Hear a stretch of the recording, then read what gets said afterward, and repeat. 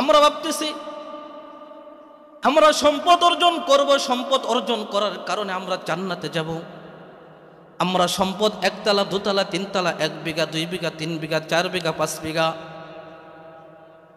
আমরা কে কত সম্পদ অর্জন করতে পারি, দুনিয়ার ভিতরে আমরা কি করি, এই বিষয়ে প্রতিযোগিতা করতে থাকি কার থেকে কে পারবো। কিন্তু জান্নাত কেমনে কাজ কামাই করতে পারবো এই বিষয়ে আমরা কি করি না, কোনো সময় প্রতিযোগিতায় দামি না, ঠিক কিনা? আমরা সম্পদ মাল কিভাবে কামাই করবে এই বিষয় নিয়ে আমরা দৌড়াতে থাকি। কিন্তু কোন রাস্তায় গেলে, কোন পথে হাঁটলে জান্নাত অর্জন করা যাবে, জান্নাতের অধিবাসী হওয়া যাবে, জান্নাতের নাজ নিয়ামত পাওয়া যাবে, জান্নাতি মেহমান হওয়া যাবে, আমরা সেই রাস্তায় দৌড়াতে রাজি না। এজন্যই আজকে মুসলমান এরকম অধিবতন। আমরা ভাবতেছি আমার মাল থাকলে সবকিছু হয়ে যাবে। খুদিয়ার কান্দা এলাকার মানুষ এখনো ঘরের ভিতরে বসে বসে কেউ ঘুম আসতেছে, কেউ বসে থাকতেছে, কেউ কি করতেছে বলতেছে আমরা মাহফিল এমনি এমনি ঘর থেকেই শুনবো। কি বলেন? মাহফিল ঘর থেকেই শুনবো। কিন্তু মনে রাখবেন, যদি আপনি বৃষ্টিতে ভিজতে চান, বৃষ্টির পানি আপনার গায়ে লাগাতে চান, কিন্তু আপনি বৃষ্টির ভিতরে না নেমে ঘরের ভিতরে বসে থাকলেন, বৃষ্টি আপনার কাছে আসবে না, ঠিক কিনা? ভিজা যাবে। অথবা বৃষ্টির মাঠে আসেন কিন্তু শরীরের ভিতরে এমন একটা পোশাক পরছেন যে পোশাকের নাম রেমকুট মনে হয়, এই পোশাক পরে বৃষ্টির ভিতরে নামছেন, তার উপরও আপনার গায়ে বৃষ্টির পানি আসবে না। বৃষ্টির পানি পেতে হলে আপনার বৃষ্টির ভিতরে আপনার শরীরে নামতে হবে। এজন্য আজকে এখানে রহমতের বৃষ্টি বর্ষণ হইতেছে। যদি কেউ এই রহমত পেতে চায় তাহলে ঘরে বসে থেকে পাওয়া যাবে না, ঘরে বসে থাকলে আসবে না। এই মাঠের ভিতরে আসতে হবে, বসতে হবে, বক্তার আওয়াজ আলোচনা শুনতে হবে, এখান থেকে কিছু নেওয়ার মতো নিয়ত করতে হবে, এরপরে না তার উপর রহমত নাজিল হবে, ঠিক কিনা? কিন্তু ঘরে বসে থাকলে হবে না। মুসলমান ভাইরা আমার, মুসলমান ভাই বন্ধুগণ, আমরা ভাবি মাল আর মাল। আমার আলোচনার বিষয় যেটা আমি নিয়েছি এর উপর আলোচনা করব ইনশাআল্লাহ। আমরা ভাবতেছি মাল, অথচ মাল আপনি যেত বড় হন না কেন, মাল দিয়ে আপনার কোনো কাজ আসবে না। মাল আপনাকে মৃত্যুর হাত থেকে বাঁচাতে পারবে না, মাল আপনাকে জাহান্নাম থেকে বাঁচাতে পারবে না। আমি একটা ঘটনা মনে পড়ে গেল বলি। হযরত হাসান বসরি রাহমাতুল্লাহি আলাইহি বিশাল বড় তাবিঈ ছিলেন, বিশাল বড় তাবিঈ ছিলেন হাসান বসরি রাহমাতুল্লাহি আলাইহি।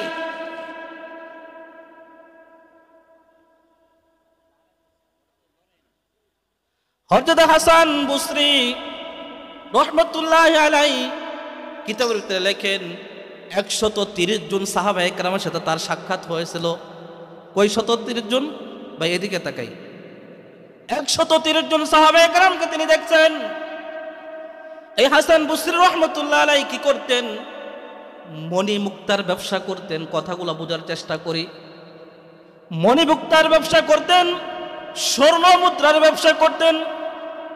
এই স্বর্ণ মুদ্রা ব্যবসা করার জন্য তিনি রোম সম্রাটের বাদশার কাছে এই এলাকায় চলে গেছেন। এলাকা যাওয়ার পরে রোমের বাদশা তাহার উজিরের সাথে হাসান বসরি রাহমাতুল্লাহি আলাইহির খুবই সম্পর্ক, বিশাল সম্পর্ক, বন্ধুত্ব সম্পর্ক, দিলের সম্পর্ক। হাসান বসরি রাহমাতুল্লাহি আলাইহি যাওয়ার পরে রোমের বাদশার এই উজির বলতেছে, বন্ধু চলো আজকে একটু ঘুরে আসি। কি বলেন? বন্ধুরা বলে না, ঈদের দিন বলে না, কি বলেন যে চলো একটু ঘুরে আসি, পার্কে ঘুরে আসি, অথবা অমুক জায়গায় একটু ঘুরে আসি। বন্ধুর সাথে হাসান বসরি রাহমাতুল্লাহি আলাইহি যাওয়ার পরে যাইতে যাইতে একটা উপত্যকায় চলে গেছেন, পাহাড়ি অঞ্চলের উপর চলে গেছেন। যাওয়ার পরে দেখতেছেন একটা সুন্দর করে মণি মুক্তা দ্বারাই বেষ্টন করে একটা ঝুপি, একটা ঘর, কবরকে কি করছে? বাধাই করছে। একটা কবর, এটাকে মণি মুক্তা দ্বারাই বাধাই করছে, অনেক দামি দামি মণি মুক্তা দিয়ে বাধাই করছে। তিনি দেখতেছেন প্রথম একদল আসলো, আসার পরে তাহাদের দেশের ভাষায় কি কি জানি বলে চলে গেল।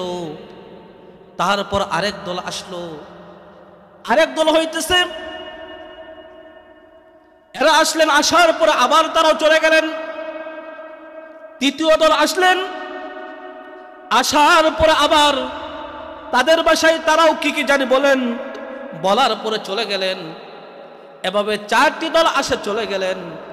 হাসান বসরি রহমতুল্লাহ আলাইহি দিলের ভিতরে ধাক্কা লাগলো, কি ব্যাপার, এত সুন্দর স্বর্ণ দ্বারাই বাধাই করে একটা ঘর, একটা তাবু, এই তাবুকে তওয়াফ করতেছেন, বারবার দল আসতেছেন, আসার পরে তাদের ভাষায় কি কি জানি বলে চলে যায়, আমি তো বুঝতেছি না। শেষ পর্যায়ে হাসান বসরি বন্ধুকে জিজ্ঞাসা করলো, বন্ধু, ও বন্ধু, আমি তো বুঝলাম না এ ব্যাপার কেন হলো, এই যে একটা তাবু স্বর্ণ দ্বারায় বেষ্টন করা, রূপা দ্বারায় বেষ্টন করা একটা তাবু, এই তাবুর ভিতরে চলে যায়, তওয়াফ করে আবার চলে যায়, আমি তো বিষয় বুঝলাম না। এই উজির বন্ধু বলতেছে, বন্ধু শোনো, এই যে একটা তাবু দেখতেছো, এই তাবুটা হইতেছে এই দেশের বাদশা রোম সম্রাটের একজন পুত্র মারা গেছে, রাজপুত্র মারা গেছে। এই রাজপুত্রের এই কবরটাকে সে বাধাই করছে, তাবু হিসেবে বাধাই করছে। প্রথম যে দল ঢুকলো, এই দল হলো সেনাবাহিনী। কারা কারা আমার কথা আপনারা বুঝতেছেন? এই দল হলো সেনাবাহিনী।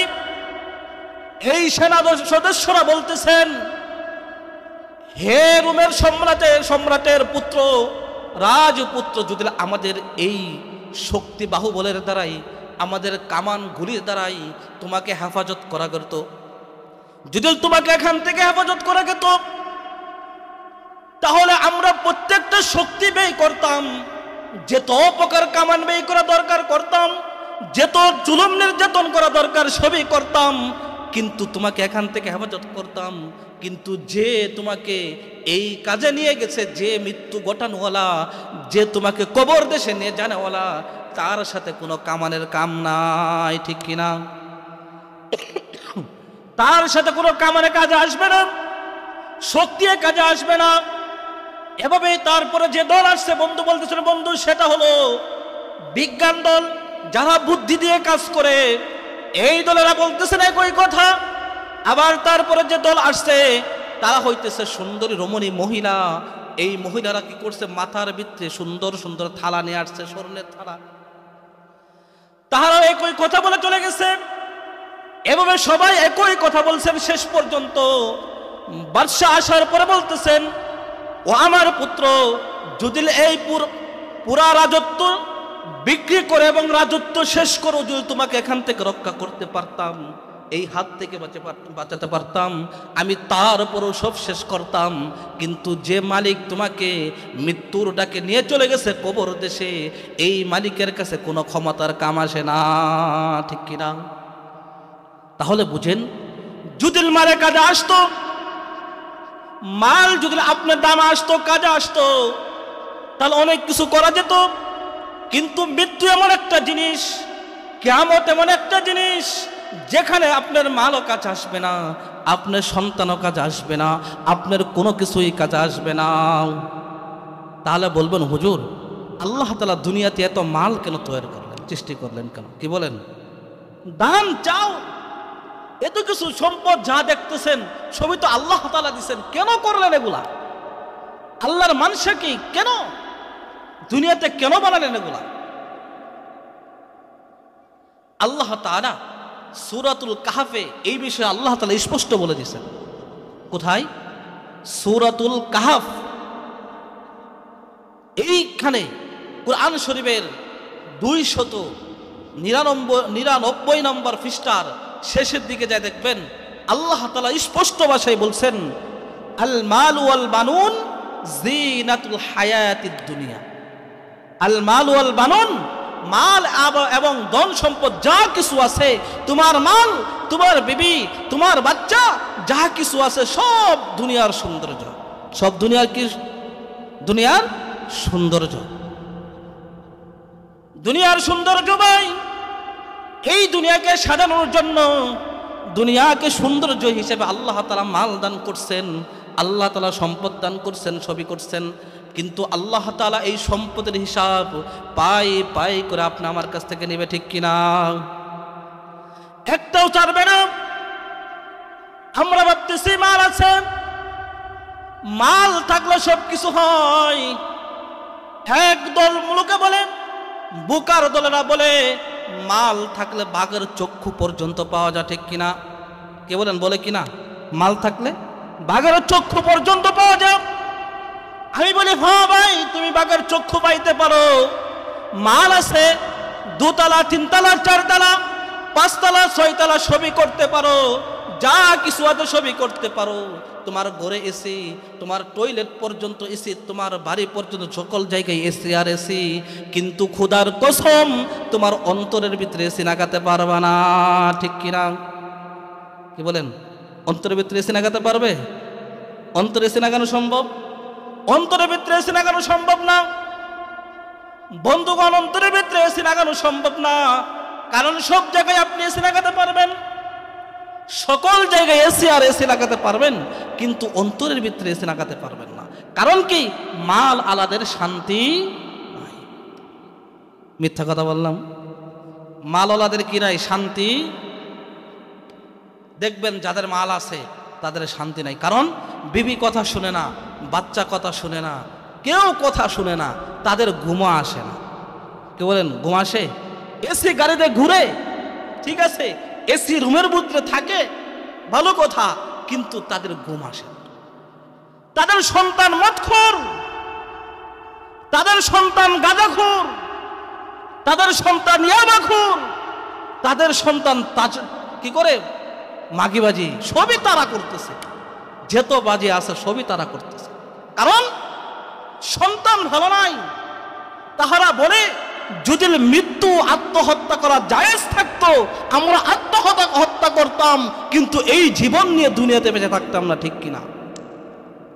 এই জীবন নিয়ে দুনিয়াতে বেঁচে থাকার কোনো কি নাই প্রয়োজন। কেন? মালের ভিতরে শান্তি নাই। মালের ভিতরে কি নাই? ভাই কি নাই? শান্তি নাই। এটা 1 নম্বর বিষয়।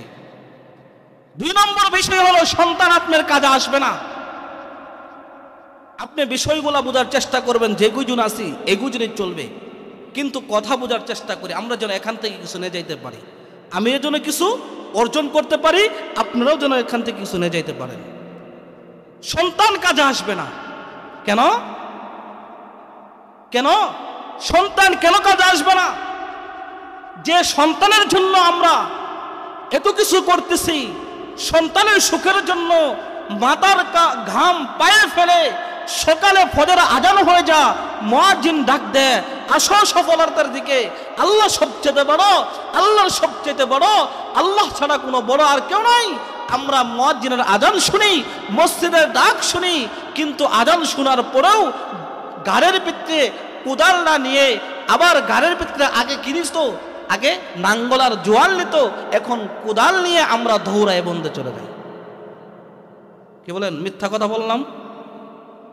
আমরা যে পল্লী এলাকায় যেটা বুঝি, কোদাল নিয়ে আমরা দৌড়ায় কোথায় চলে যাই? মাঠে চলে যাই। কারণ আজান হয়েছে, তো আজানে নামাজে গেলে দেখা যাবে আধা ঘন্টা দেরি হয়ে যাবে, 20 মিনিট লেট হয়ে যাবে, আমার 10 করা আইল কোবানো দেরি হয়ে যাবে। কি বলেন, 10 করা জমির আল কোবানো কি হয়ে যাবে? দেরি হয়ে যাবে। কি বলেন, মুরব্বীরা আছে, সবাই পরিচিত, দেরি হয়ে যাবে। এই দেরির কারণে আমি আল্লাহকে ভুলে গিয়ে আমি সন্তানের জন্য মাল জমা করলাম, আমি সন্তানের জন্য মাল কামাই করতেছি।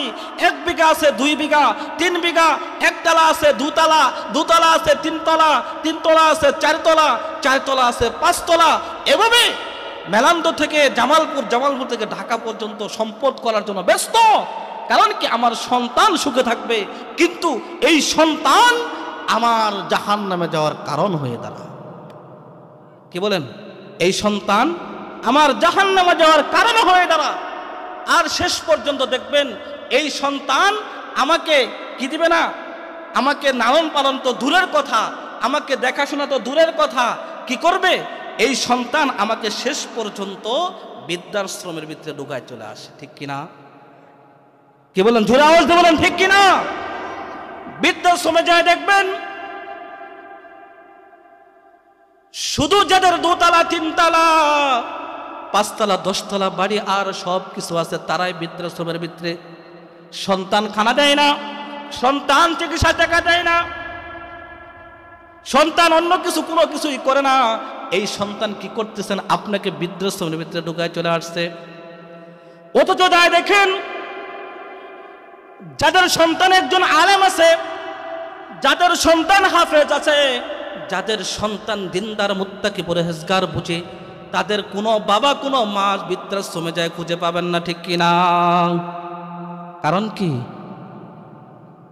সন্তানকে আমরা দিন শিক্ষা দেই নাই। এখন আলোচনা তো আরেক দিকে চলে যাইতেছে। সন্তানের হক, সন্তানের 5টি হক আছে, আমরা সন্তানের হককে পুরোপুরি আদায় করি নাই। যে কারণে সন্তানের হক না আদায় করার কারণে এই সন্তান আমাকে পিটায়, এই সন্তান আমাকে খানা দেয় না, এই সন্তান আমাকে চিকিৎসার টাকা দেয় না, এই সন্তান আমাকে দেখতে পারে না, পুত্রবধূ আমাকে দেখতে পারে না, পুত্রবধূর কারণে সন্তান আমাকে বৃদ্ধাশ্রমে রেখে চলে আসে।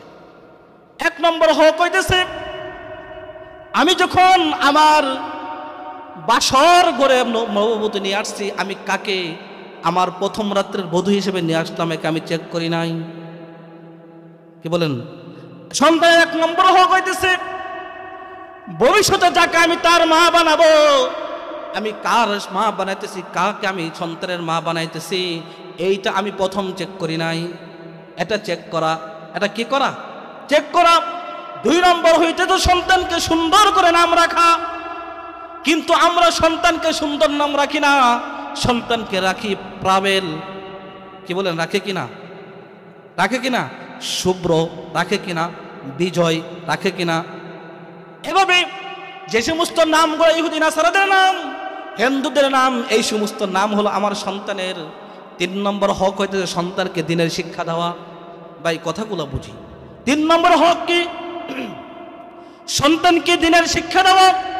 কিন্তু আমি সন্তানকে দিনের শিক্ষা না দিয়ে আমি দুনিয়াবি শিক্ষা এমনভাবে দেওয়ান দিয়েছি, দিতে দিতে দিতে দিতে বাংলাদেশ শেষ করে বিদেশ পর্যন্ত লেখাপড়া করায় চলে আসছি, কিন্তু সন্তান দিন বুঝে নাই, ঠিক কিনা? আওয়াজ দিয়ে বলেন ঠিক কিনা? এই দিন না বুঝার কারণে আজকে আমার সন্তান, এই সন্তান কাজে আসবে। হ্যাঁ, ওই সন্তান কাজে আসবে যে সন্তান দিনদার হবে, যে সন্তান মুত্তাকি হবে, যে সন্তান হাফেজ হবে, যে সন্তান আলেম হবে, যে সন্তান তাবলীগওয়ালা হবে। এই সন্তান কাজে আসবে। মৃত্যুর পরে তোর সন্তান বাবার জন্য দোয়া করে, মার জন্য দোয়া করে, চোখের পানি ফেলে যখন সন্তান আল্লাহকে ডাক দিয়ে বলবে, আল্লাহ আপনি আমার বাবাকে মাফ করে দেন, আপনি আমার মাকে মাফ করে দেন, চোখের পানি ছেড়ে যখন সন্তান আল্লাহকে ডাক দিবে, আল্লাহ তাআলা সাথে সাথে বাবা মাকে মাফ করে জান্নাত দান করে। সুবহানাল্লাহ বিহামদিহি, জোরে সুবহানাল্লাহ, আল্লাহু আকবার। আল্লাহ নামটা একটু জোরে বলেন, আল্লাহু আকবার। আপনারা যদি দেখা যায় যদি তাকবীর দেওয়া হয়, আপনারা গলার আওয়াজ বের করতে পারবেন না। কি বলেন? পারবেন? তাকবীর দিলে গলার আওয়াজ বের করতে পারবেন? তাকবীর দিমু দিমু কি একটা বলেন? আমি বলে আল্লাহ রহম, আল্লাহ আমার এই দিছে, প্লেয়ার আছে, দেখমু ইনশাআল্লাহ। আপনারা যারা চেহারা আছেন একটু কষ্ট করে ফাঁকাগুলো পুরাগুলো বলা, মুরব্বী বেয়াদবি মাফ করে দেবেন, কারণ আপনারা সবাই এলাকার মুরব্বী, আমি জানি। কিন্তু ফাঁকাটা খালি খারাপ দেখা যাইতেছে, নতুন চেয়ারে বসেন আইসে। নারায়ে তাকবীর, নারায়ে তাকবীর। আল কোরআনের আলম ঘরে ঘরে জালো, আল হাদিসের আলম, নারায়ে তাকবীর। মাশাআল্লাহ, আল্লাহ সকলকে কবুল করুন, আমিন। তাহলে কেন সন্তান, এখন কথা বুঝি, কেন সন্তান আমার কাজে আসে না? কারণ আমি সন্তানকে এভাবে দিনের শিক্ষা দেইনি। কি বলেন? দিনের শিক্ষা দিছি? এজন্যই মুসলমান, আজকে মুসলমান দেশের ভিতরে মার খা, মুসলমান বিভিন্ন রাষ্ট্রের ভিতরে জুলুম নির্যাতনের ভিতরে পড়ে আছে।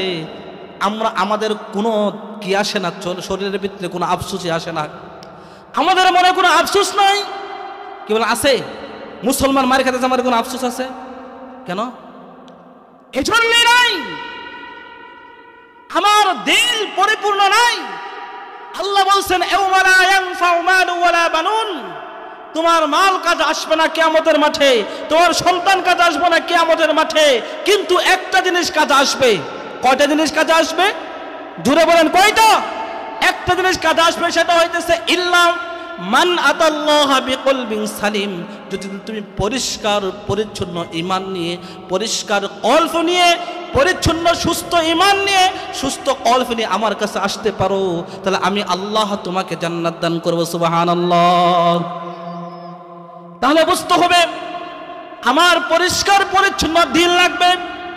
এদের উদ্দেশ্য হইতেছে আমার দিলে কোনো কুফরি থাকা যাবে না, আমার দিলে কোনো অহংকার থাকা যাবে না, আমার দিলে কোনো লেফাকি থাকা যাবে না, আমার দিলে কোনো সময় বেদাত্য থাকা যাবে না, ঠিক কিনা?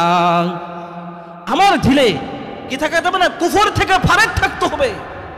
আমার দিল অহংকার থেকে ফারেক থাকতে হবে, আমার দিল চুগলখুর থেকে ফারেক থাকতে হবে, আমার দিল কি থেকে বেদাত্য থেকে ফারেক থাকতে হবে। কিন্তু আমাদের কারোর দিল, আমাদের দিলগুলা কুফর থেকে ফারেক না, আমাদের দিলগুলা বেদাত্য থেকে ফারেক না, আমাদের দিলগুলা মুনাফিকি থেকে ফারেক না, আমাদের দিলগুলা অহংকার থেকে ফারেক না, আমাদের শরীর হারাম থেকে ফারেক না। আমার পোশাক হারাম, আমার শরীরে রক্ত হারাম, আমার সম্পদ হারাম, সব কিছু হারামগুলা খায়ে, হারাম পোশাক পরে হারাম ভাবে করতেছি, হারাম ভাবে চলতেছি, এভাবে চলে চলে আমি ইবাদত না হারা বছর করি, আমার কোনো লাভ আসবে না, ঠিক কিনা? লাভ আসবে, কাজ আসবে।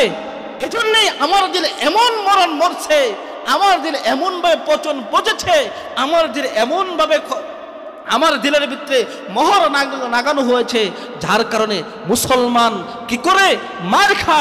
আজকে মুসলমান ফিলিস্তিনের দিকে তাকাই দেখেন, ফিলিস্তিনের মুসলমান একের পর এক মার খাইতেছে, ফিলিস্তিনের মুসলমান একের পর এক শহীদ হইতেছে, ফিলিস্তিনের মুসলমান একের পর এক নির্যাতন হইতেছে। কিন্তু আমরা বাংলার মুসলিম, আমাদের বাংলা রাষ্ট্র, আমাদের বাংলার এমপি, আমাদের বাংলার মন্ত্রী সবাই ঘুমন্ত, ঠিক কিনা? জোরে বলেন, সবাই ঘুমন্ত কিনা? সবাই ঘুমন্ত, কেউ প্রতিবাদ করে না। বাংলাদেশ সরকার ঠিক মতো প্রতিবাদ করছে কিনা জানি না, প্রতিবাদ করে না। আবার কেমন যারা ভবিষ্যতে সামনে নির্বাচনের পরে ক্ষমতায় আসতে চাইতেছে, তাহারাও কি করে তলে তলে ভারতের দালালি করে, ঠিক কিনা? তাহারাও তলে তলে কি করে ভারতের দালালি করে ভারত, এবং কি তাহারাও চাই যেন আমরা সবাইকে বুকে নিয়ে আমরা নির্বাচনের পরে আমরা কি করতে পারি, ক্ষমতায় আসতে পারি।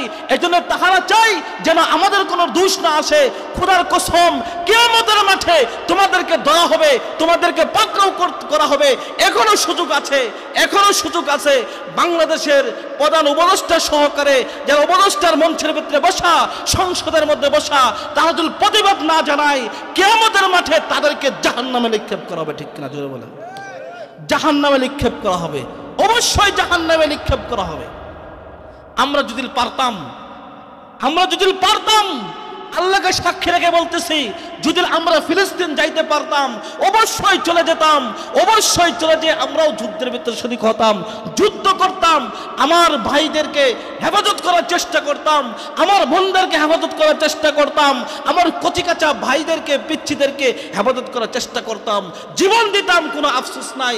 কিন্তু আমার ভাই মার খাবে আর আমি ঘরের মধ্যে বসে থাকবো, তসবিহ নিয়ে বসে থাকবো, কুহু কুহু করবো, এই কুহু কুহুর কোনো দাম নাই, ঠিক কিনা? জোরে বলেন, মুসলমান জবান খুলে বলেন, ঠিক কিনা? এই দাম নাই। কারণ কি? কারণ কি? এখানে কারণ আছে। কি কারণ? বোঝার চেষ্টা করেন। কি কারণ? আমার দিল কি নাই, পরিষ্কার। এজন্য আমার দিলে ধাক্কা লাগে না, আমার দিলে ধাক্কা লাগে না। অথচ এক মুসলিম আরেক মুসলমান ভাই, এক মুসলমান আরেক মুসলমান ভাই, এক মুসলমান মার খাবে, আরেক মুসলমান ঘরে বসে থাকবে, এটা হতে পারে না। আপনি কি বসে থাকবেন? আপনার ভাই মার খাইলে কি বলেন বসে থাকবে? বসে থাকবেন?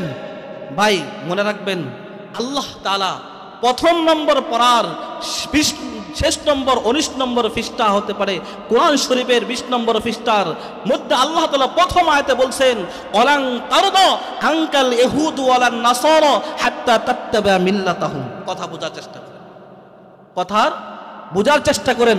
কারণ যে সমস্ত কথা বলতেছি কোনো কথা দলিল ছাড়া বলার চেষ্টা করতেছি, কথা বুঝেন আগে। কারণ আমি বলছি যে আগে বুঝবেন, না বুঝলে এখান থেকে কিছু পাওয়ার জন্য আসছেন, সুর শোনার জন্য আসেন না। আল্লাহ তাআলা বলতেছেন, ও নবী শুনেন, অলাং তারদা আনকাল ইহুদ ওয়ালান নাসারা, কখনো ইহুদি আর নাসারা আপনার অনুগত্য করবে না, আপনার কথা মানবে না, আপনাকে কি করবে না? নবী হিসেবে স্বীকার করবে না, হাত্তা যে পর্যন্ত তাত্তাবিয়া মিল্লাতাহুম, আপনি তাদের মিল্লত অনুসরণ না করবেন। নাউজুবিল্লাহ। যে পর্যন্ত আপনি তাদের ধর্ম অনুসরণ না করবেন, আপনি তাদের কথা না মানবেন, এ পর্যন্ত কোনো ইহুদি আপনার কথা মানবে না, কোনো নাসারা আপনার কথা মানবে না, কোনো হিন্দু আপনার কথা মানবে না, কোনো বৌদ্ধ আপনার কথা মানবে না, কোনো খ্রিস্টান আপনার কথা মানবে না, কোনো বেদাত্ত আপনার কথা মানবে না। কি বলেন? মানবে? মানবে? আপনারা আমরা বর্তমান যে সমস্ত মুসলমানগুলো আছি অধিকাংশ ইহুদি নাসারাদের অনুসরণ করে, মানবে না। কারণ পৃথিবীর শুরু লগ্ন থেকে নিয়ে ইহুদি এবং নাসারা খ্রিস্টান যারা আছে সবাই ইসলামকে ধ্বংস করার পায়তারা চলে আসছে। সবাই ইসলামকে কি করার পায়তারা চলে আসছে? ধ্বংস করার পায়তারা চালায় আসছে। আমি আরেকটা ঘটনা বলতেছি, স্পষ্ট ঘটনা। রাসূল কারীম সাল্লাল্লাহু আলাইহি ওয়াসাল্লাম জন্মের 50 থেকে 55 দিন আগের ঘটনা। জন্মের কয় দিন? 50 থেকে 55 দিন আগে বাদশাহ নাজ্জাশীর একজন প্রতিনিধি আব্রাহা নামক এক বাদশাহ এমন দেশে কি করত? শাসন করত। কোথায় শাসন করত? এমন দেশে শাসন করত। এই এমনের বাদশাহ যখন দেখলো আব্রাহা যে ভাই এরকম হইতেছে, কে এরকম বলে কেমন মাই, যখন দেখলো আরব দেশের সমস্ত লোক এই সবাই কি করে, মুসলমানরা সবাই দৌড়াইয়া মক্কায় কাবা শরীফ তওয়াফ করবে, যা কি করতে যা, মক্কায় কাবা তওয়াফ করতে যা। মক্কা কাবাকে সাদা মাটা একটা কাবা, এই কাবাকে তওয়াফ করতে যা, হজ করতে চলে যা। তখন তারা দেখলো, নিয়ত করলো যে একজন সাদা মাটা কাবা, যে কাবা সৌন্দর্য নাই, আমি একটা কি করব, এমন একটা গির্জা নির্মাণ করব, স্বর্ণ মুদ্রা দ্বারাই বানাবো, যে গির্জা দেখতে অনেক সুন্দর দেখা যাবে। এই খ্রিস্টান শাসক বলতেছে, নিয়ত করেছে, আমি এমন একটা গির্জা নির্মাণ করব, এমন একটা গির্জা নির্মাণ করবে যেটা স্বর্ণ দ্বারা নির্মাণ করা হবে, সৌন্দর্য থাকবে অনেক সুন্দর, যেন এই আরবের লোকেরা এই সাদামাটা কাবাকে তওয়াফ করবার যে বাদ দিয়ে আমাদের এই গির্জাকে তওয়াফ করার জন্য চলে আসে। নিয়ত কি? আরবের লোকেরা যেন সাদামাটা কাবাকে তওয়াফ করা বাদ দিয়ে আমাদের এই গির্জাকে তওয়াফ করার জন্য চলে আসে। এই নিয়ত করার পরে সেই বাদশা আব্রাহা এমান দেশের সনআ, এই শহরের নামে ছিল সনআ নাম, এটা ছিল রাজধানী, এমানের রাজধানী। এখানে বিশাল বড় একটা গির্জা নির্মাণ করছে। খ্রিস্টানদের গির্জা আছে না? কি বলেন? খ্রিস্টানদের গির্জা আছে তো, একটা গির্জা নির্মাণ করছে। এই গির্জা নির্মাণ করার পরে এখন যখন দেশে আরব দেশের যুবকরা দেখছে কি করছে, একটা সুন্দর গির্জা নির্মাণ করছে। এক রেওয়াতে আছে এই গির্জা নির্মাণ করার পরে এক যুবক এই গির্জার ভিতরে কি করছে, মল ত্যাগ করছে, তার মানে পায়খানা করছে। এটা এক রেওয়ায়েত, হযরত আব্বাস থেকে এই রেওয়ায়েত বর্ণিত। আরেক রেওয়ায়েতে আছে কিছু যুবক এই গির্জার পাশে যায় আগুন জ্বালাইছে। আগুন জ্বালানোর কারণে আগুনের যে ফুরুঙ্গা আছে এটা গির্জার ভিতরে লাগার কারণে গির্জা পুরো ছাই হয়ে গেছে। দুই রেওয়ায়েতে দুই কথা। যখন গির্জা পরিচয় হয়ে গেছে, এই বাদশা আব্রাহা কসম কেটে বলল, আমি কি করব, কাবাকে ধ্বংস করেই ছাড়বো। কি করে ছাড়বো? কাবাকে ধ্বংস করেই ছাড়বো, কাবাকে নিঃশেষ করেই ছাড়বো, একদম ধ্বংস করে দিব, কাবাকে ধ্বংস করেই ছাড়বো। এই নিয়ত করার পরে বাদশাহ আবরাহা তাহার বাহিনী সহ সেনা সদস্যদেরকে সহ তার সাথে হাতি সহকারে ছিল, এই হাতি বাহিনী সহ কি করছেন, মক্কার দিকে রওনা করছেন, কাবার দিকে। আসার পথের ভিতরে যে আরববাসী ছিল, এই আরববাসীরা বাধা দিচ্ছেন, কিন্তু কেউর বাধা মানে নাই। কিছু দূর আসার পরে মাঠের ভিতরে, আরবের তো বিশাল বড় বড় মাঠ আছে, কি বলেন, আছে কিনা? মরুভূমি আছে না? এই মরুভূমির ভিতরে আরব দেশের অনেকের উট এবং কি বকরি গাভী যা কিছু আছে সব তারা কি করছে, নিয়ে চলে গেছে, সব একসাথে করে এই বাহিনী নিয়ে নিছে।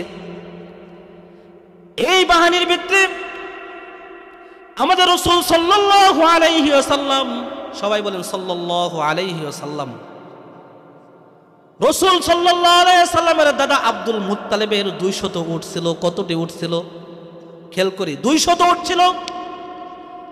এই 200 উট যখন একসাথে জমা করে নিয়ে চলে গেছে, আব্দুল মুত্তালিব শোনার পরে আরব বংশকে ডেকে বলতেছেন, তোমরা কি করো, কাবাকে, এই শহরকে ফাঁকা করে দাও, এই শহরকে ফাঁকা করো। আর এই দেশের আব্দুল মুত্তালিব যারা লিডার ছিল তাদেরকে সাথে নিয়ে কি করছেন, বাদশাহ আব্রাহার নিকটে চলে গেছেন। আব্দুল মুত্তালিবকে দেখার পরে বাদশাহ আব্রাহা তাকে সম্মান জানাইছেন, তাকে বসতে দিচ্ছেন, একসাথে বসছেন। বসার পরে বাদশাহ ভাবছেন যে আমার সাথে সন্ধি করবে, আমার সাথে কি করবে, সন্ধি করবে, সন্ধি করবে। কিন্তু এই আব্দুল মুত্তালিব আলোচনার প্রসঙ্গে বলতেছেন, ভাই আপনার দল আমার 200 উট নিয়ে আসছে। কয় শত উট নিয়ে আসছে? কথাটা শুনে, কয় শত উট? 200 উট নিয়ে আসছে। আপনি আমার উটটি ফিরিয়ে দেন। বাদশা অবাক হয়ে চুপ হয়ে বসে গেলেন। বাদশা আব্রাহা কিছুক্ষণ পরে বলতে, আশ্চর্যজনক ঘটনা কথা, আব্দুল মুত্তালিব আপনার উট নিয়েছে 200, আপনি উটের কথা বললেন, কিন্তু আমরা যে আপনার কাবাকে ধ্বংস করার জন্য যাইতেছি, আপনি তো কাবার কথা কোনো কিছু বললেন না, আপনি তো কাবার কোনো কথা বললেন না। আব্দুল মুত্তালিব বলতেছেন, বাদশা শোনো, আমি হলাম উটের মালিক। আমি কিসের মালিক? কথা বলেন, কিসের মালিক? উটের মালিক। আমি উট ফেরত চেয়েছি। যে কাবার মালিক সে কাবাকে হেফাজত করবে। সুবহানাল্লাহ জোরে বলেন। যে কাবার মালিক সে কাবাকে হেফাজত করবে। আব্দুল মুত্তালিবের উট ফেরত দিয়েছে। আব্দুল মুত্তালিব কি করছেন, উটটিকে নিয়ে এসে কাবার সামনে আল্লাহর হস্তে 200 উটকে কুরবানি করে দিয়েছেন। সুবহানাল্লাহ জোরে বলেন, সুবহানাল্লাহ। আল্লাহর নাম জোরে বলবেন, আল্লাহ তাআলাকে রাজি করার জন্য 200 উটকে কুরবান করে দিয়েছেন, উৎসর্গ করে দিয়েছেন। দেওয়ার পর আল্লাহর কাছে দোয়া করছেন। দোয়া করার পরে সবাইকে নিয়ে পাহাড়ের উপরে চলে গেছেন। কোথায় চলে গেছেন? পাহাড়ের উপরে চলে যাওয়ার পরে এই হাতি বাহিনী যখন চলে আসতেছেন, আসার সময় আল্লাহ তাআলা এই বিষয়ে একটা সূরা নাযিল করে দিয়েছেন। আলাম তারা কাইফা ফাআলা রাব্বুকা বিআসহাবিল ফিল আলাম ইয়াজআল কাইদাহুম ফি তাদলিল ওয়া আরসালা আলাইহিম তায়রান আবাবিল। এই যে দেখেন, ওয়া আরসালা, আল্লাহ পাঠাইলেন তায়রান পাখি, আবাবিল, আবাবিল পাখি। আল্লাহ তাআলা কি করলেন? আবাবিল পাখি পাঠাইলেন। আপনারা নাম শুনছেন কিনা? শুনছেন? আবাবিল পাখি পাঠাইলেন। আবাবিল পাখি পাঠানোর পরে এই পাখির ঠোঁটের ভিতরে ছিল কঙ্কর, 2 পায়ের মাঝে ছিল কঙ্কর। এই সমস্ত কঙ্কর ছেড়ে দিচ্ছেন। এক একটা কঙ্কর যে সেনা অথবা যে বাহিনীর উপরে বলছেন, আল্লাহ তাআলা এই কঙ্কর গুলার মধ্যে এরকম গতি দিয়ে দিছেন, একদম গুলির চাইতেও বেশি গতি, মাথা দিয়ে ঢুকে পিছন দিয়ে বের হয়ে গেছে। হাতিও মারা গেছে, সাথে সাথে বাহিনী সব সাফ হয়ে গেছে। সুরে বলেন সুবহানাল্লাহ। সমস্ত বাহিনী শেষ। এখন আব্রাহা বাদশা, এই বাদশার শরীরে আল্লাহ তাআলা কি করছেন? বসন্ত রোগ দিয়ে দিচ্ছেন। কিসের রোগ দিয়ে দিচ্ছেন? বসন্ত রোগের কারণে, এই শরীরে বসন্ত রোগের কারণে শরীর আস্তে আস্তে ঘষে ঘষে গুস্ত পচে পচে পড়ে গেছেন। শেষ পর্যন্ত তাহার কলিজা ফেটে কলিজা বের হয়ে সে মারা গেছেন। কলিজা ফেটে কলিজা বের হয়ে সে মারা গেছেন। মারা যাওয়ার পরে আল্লাহ তাআলা মুষলধারে বৃষ্টি দেওয়ার পর আল্লাহ সব সাফ করে দিলেন। সুবহানাল্লাহ। কারণ কি দেখেন, আজকের থেকে না, পৃথিবীর শুরু লগ্ন থেকে, রাসূল পৃথিবীতে আসার রাগ থেকে এই খ্রিস্টান, এই ইহুদি সবাই চাইতেছে ইসলাম যেন ধ্বংস হয়ে যা, মুসলমান শেষ হয়ে যা, মুসলমান যেন দুনিয়াতে না থাকে, ইসলাম যেন দুনিয়াতে না থাকে। কাবার মতো একটা পবিত্র জায়গা, যেদিকে আমরা মুখ করে নামাজ পড়ি, যেদিকে আমরা কাবাকে কিবলা করে নামাজ পড়ি, যে কাবা তওয়াফ করলে আল্লাহ তাআলা সমস্ত গুনাহকে মাফ করে দেয়, কাবার গিলাফ ধরে দোয়া করলে আল্লাহ সাথে সাথে দোয়া কবুল করে। সুবহানাল্লাহ। এই কাবাকে ধ্বংস করার তারা পায়তারা করছেন, অথচ মুসলমান এখনো বুঝে না, মুসলমান এখনো চিন্তা করে না। মুসলমান খ্রিস্টানের অনুসরণ করে, মুসলমান ইহুদির অনুসরণ করে, মুসলমান হিন্দুর অনুসরণ করে। ঠিক কিনা জোরে বলেন, ঠিক কিনা? মুসলমান বুঝে না, মুসলমান বোঝার চেষ্টাও করে না। এই সমস্ত মুসলমান যারা বুঝে না, বোঝার চেষ্টাও করে না, এরা হলো ইহুদিদের দালাল। আপনারা বলতে পারেন হুজুর এত বড় কথা, ইহুদির দালাল? যদি দালাল না হতো তাহলে ইহুদিদের অনুসরণ মুসলমান করতে পারে। এখনো নাস্তিক আর মুরতাদ দ্বারাই, নাস্তিকরা এখনো সংসদের এজেন্ডা আছে। কেউ আছে কিনা? এখনো আছে, এখনো আছে। যদি না থাকতো তাহলে এরকম হতো। এজন্যই দেখেন কেমনে আপনারাও, এই যে এলাকার যুবকরা আছে বা মুসলমান আছে, তারাও ইহুদিদের অনুসরণ করে। কি বলেন? আমি বলবো, রাগ করবেন না তো আপনারা? আমি দেখামো আপনারা এদের অনুসরণ করেন কিনা, দেখামো। কি বলেন? দেখামো। দেখেন, আপনারা বোঝার চেষ্টা করুন। আমি শুরুতেই বলছি, কথা বুঝতে হবে, কথা বুঝতে হবে। না বুঝলে আমি নেমে চলে যাব, আমি কথা বলবো। কথা বোঝার চেষ্টা করতে হবে। এই যে ঈদের ভিতরে আপনার যে মাথার চুল কাটছেন, মাথার চুল কাটছে কিনা যুবকরা? কি বলেন, কাটছে কিনা? মাথার যে চুল কাটছেন, এই যে সেলুনের ভিতরে কি কোনো মুসলমানের মাথার চুলের কাটিং ডাটা হয়েছে? কোন মুসলমান? কি বলেন, কথা বলেন, কোন মুসলমান? মাথার যে চুলের কাটিং এর যে পিকগুলো আছে, ছবিগুলো আছে, যে চিত্রগুলো আছে, এটা কি মুসলমানের চিত্র? কথা বলেন নাকি এখন? মুসলমানের চিত্র? কোন মুসলমানের চিত্র না। এই সমস্ত যা কিছু আছে, খ্রিস্টানদের মাথা ছাড়ার চিত্র, ইহুদিদের মাথা ছাড়ার কাটিং, হিন্দুদের মাথা ছাড়ার চুল কাটার কাটিং। কি বলেন, আছে কিনা? যুবকরা যাই বলতেছেন, ভাই এই সিস্টেম করে দেন, এই সিস্টেম করে দেন। আরেক যুবক বলে, ভাই এই সিস্টেম করে দেন। আরেক যুবক বলে, ভাই এই সিস্টেম করে দেন। করতেছে কিনা? এটা কোনো মুসলমানের কিনা, এটা রাসূলের সুন্নাত না। কোন মুসলমানের বাচ্চা এটা করতে পারে না। তাহলে কি ইহুদিদের কি করতেছে? অনুসরণ করতেছে মুসলমান। ইহুদিদের অনুসরণ করতেছে মুসলমান। মুসলমান পোশাক পরতেছে, ইহুদিদের অনুসরণ করে পোশাক পরতেছে। কি বলেন, পরতেছে কিনা? পরতেছে। যে সমস্ত পোশাক, টাই প্যান্ট, টাই শার্ট, যা কিছু দেখেন না কেন, এগুলো সব ইহুদিদের পায়তারা। কাদের পায়তারা? ইহুদিদের পায়তারা। শহরে যাই দেখবেন, হোটেলগুলোতে ঢুকলে আপনি বসে থেকে প্রস্তাব করা জায়গা পাবেন না। ঠিক কিনা জোরে বলেন, একটু আওয়াজ বলেন, ঠিক কিনা? কি করে আপনি বসে থেকে প্রস্তাব করার জায়গা পাবেন? কারণ কি? দাঁড়ায় থাকা প্রস্তাব করে কি এদিক মুসলমানের? কি বলেন, মুসলমানের স্বভাব? মুসলমানের স্বভাব দাঁড়ায় থেকে প্রস্তাব করা নাকি বসে থেকে প্রস্তাব করা? বসে থেকে প্রস্তাব করার কার স্বভাব? মুসলমানের স্বভাব। দাঁড়ায় থেকে প্রস্তাব করে ইহুদির স্বভাব, দাঁড়ায় থেকে প্রস্তাব করা খ্রিস্টানের স্বভাব, দাঁড়ায় থেকে প্রস্তাব করে হিন্দুর স্বভাব। ডাইরেক্ট করতেছেন কিনা? এগুলো সব ইহুদিদের। তাহলে ইহুদিদের অনুসরণ করতেছে মুসলমান। এই জন্য আজকে মুসলমান মাহফিল আসতে পারে না। এত বড় সুন্দর একটা মাহফিল দেখেন, কয়জন মানুষ, অথচ রাতের 9:30 বেজে গেছে মনে হয়। রাতের 9:30 পরে 10টা বেজে গেছে, মানুষ নাই কেন? আজকে মুসলমান ধ্বংসের পথে চলে গেছে, কারণ মুসলমানের দিল ঠিক নাই। ইল্লামান আতাল্লাহা বিকলবিন সালিম, এটা কি নাই? আপনার পবিত্র কলব মুসলমানের নাই, মুসলমানের অন্তর পরিষ্কার নাই, মুসলমানের অন্তর ঠিক নাই। যার কারণে আজকে শয়তানের দুখায় পড়ে মুসলমান 4 দোকানে আড্ডা দিতেছে, মুসলমান বাড়িতে বসে আড্ডা দিতেছে, অথচ নামে বলতেছে মুসলমান।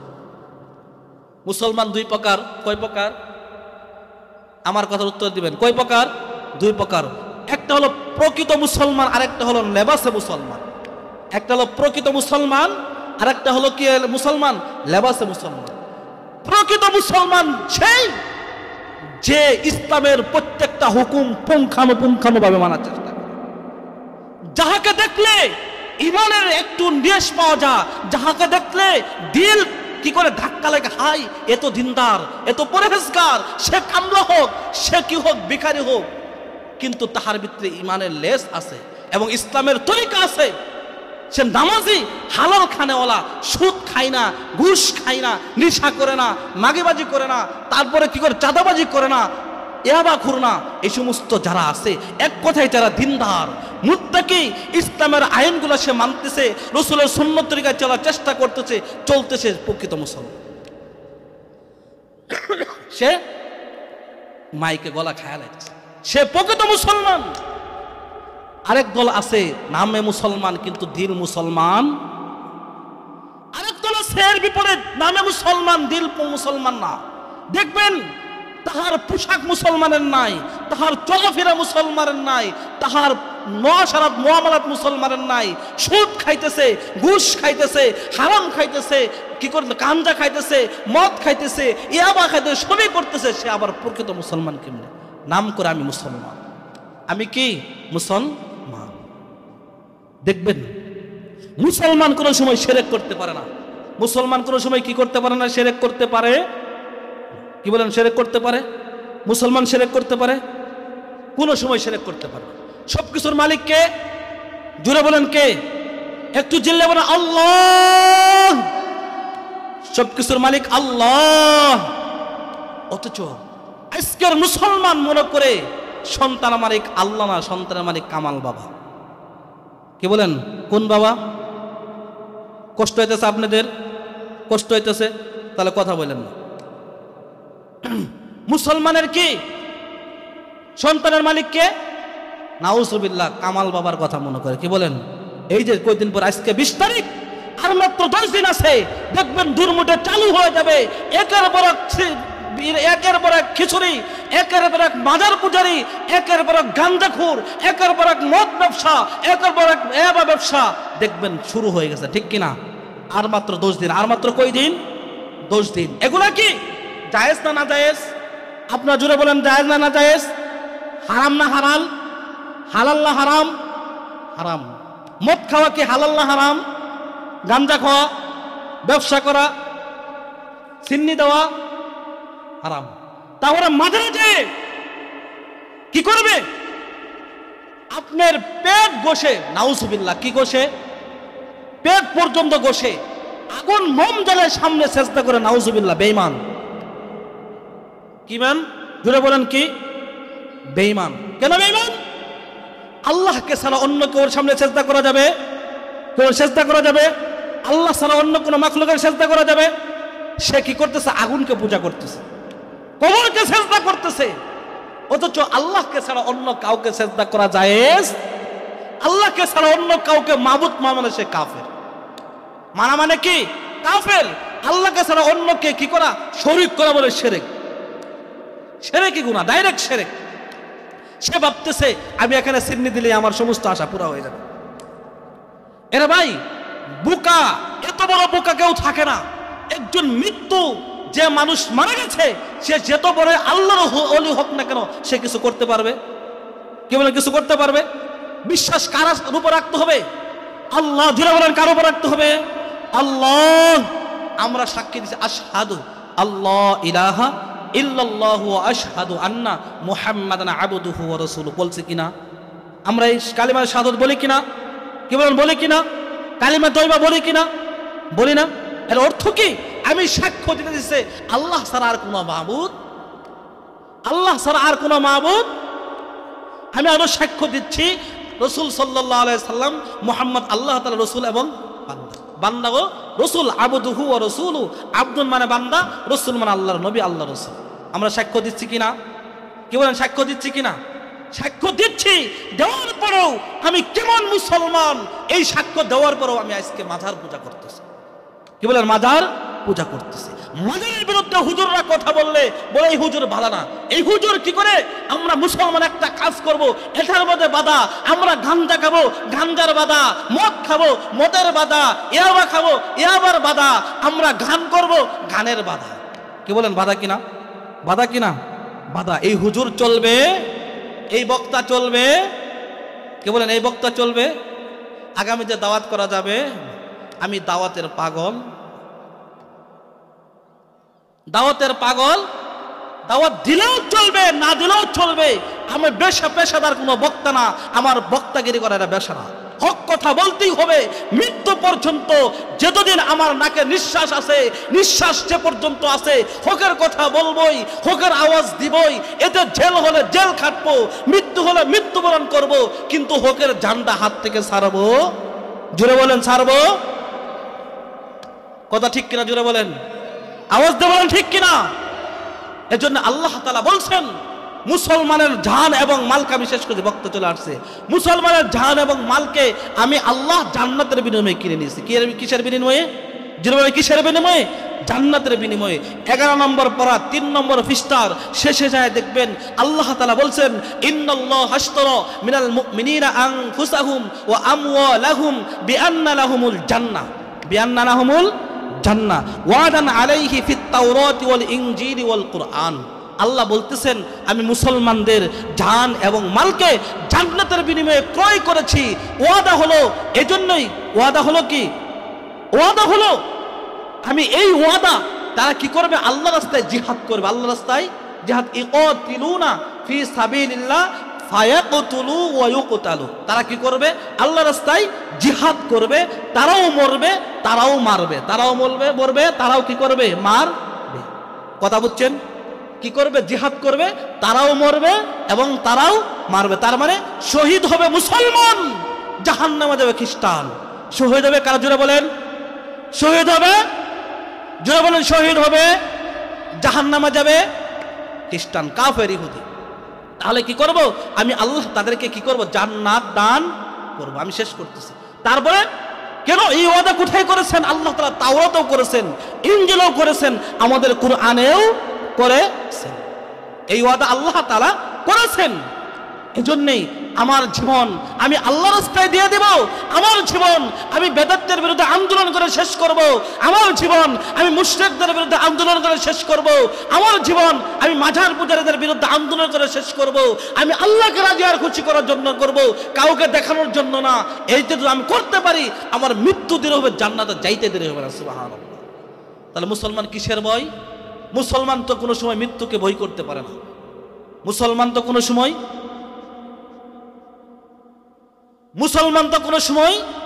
মৃত্যুকে কি করতে পারে না? বই করতে পারে।